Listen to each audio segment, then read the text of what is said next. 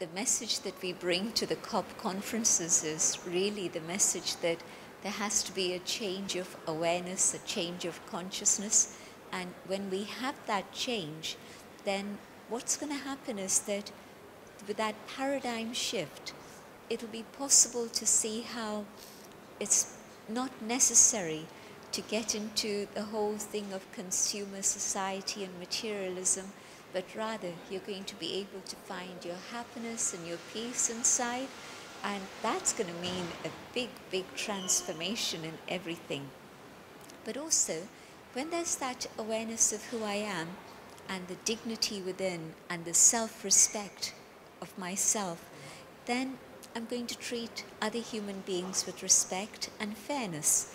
And so equity is a word that people are talking about, but equity doesn't come about just like that.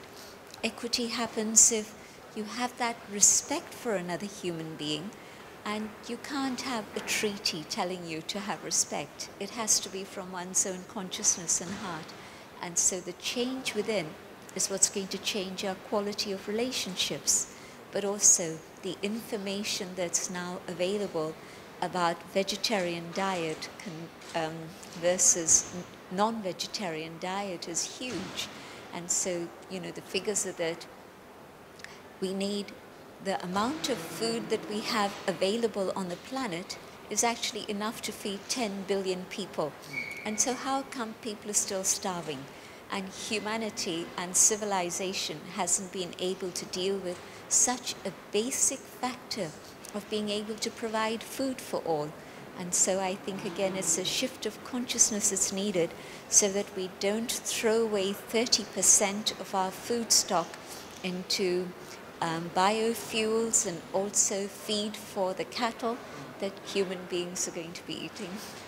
It's very ambitious what you're talking about. How would you go about trying to change the way people think en masse? Because I suppose on an individual or group basis, there are people all around the world who subscribe exactly to what you're saying. But in our materialist world, where we all see flashing iPads everywhere and sort of great new toys, and we're coming up to Christmas time, where people will be banging on people's doors asking for new presents. How do you go about changing that? Because many religious institutions have tried, and it seems a battle they're losing. It feels as if nature is overtaking everything, in the sense that we keep getting hit by huge, huge natural disasters, and of course the latest one in the Philippines.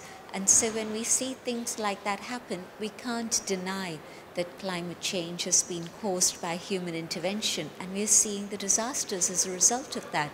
And I think as we begin to see the impact of climate change in very practical ways that actually shake us, I think we're going to realize that things out there will only change when we have changed. So I think nature is saying, okay, you take your time over discussions and negotiations and come to whatever conclusions you want or don't want, but I'm going to get on with my job. I have to sort out this imbalance and bring about a shift so that then there's harmony within nature again. Okay, so if you were put on stage at the main plenary and they said you can address all the negotiators, you've got a sort of 1 minute, what would you say to all of the people, these hard-headed, sharp-suited negotiators who, all have to represent their own national positions? What's your main message to them? I would say to them that human species is actually an endangered species at the moment.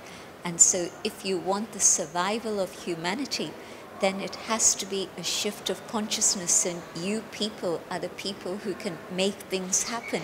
And so if you don't do it now, then there's danger ahead. That's the message I would give them. But I would also remind them that the power of peace, the power of prayer, the power of vibrations has amazing effect.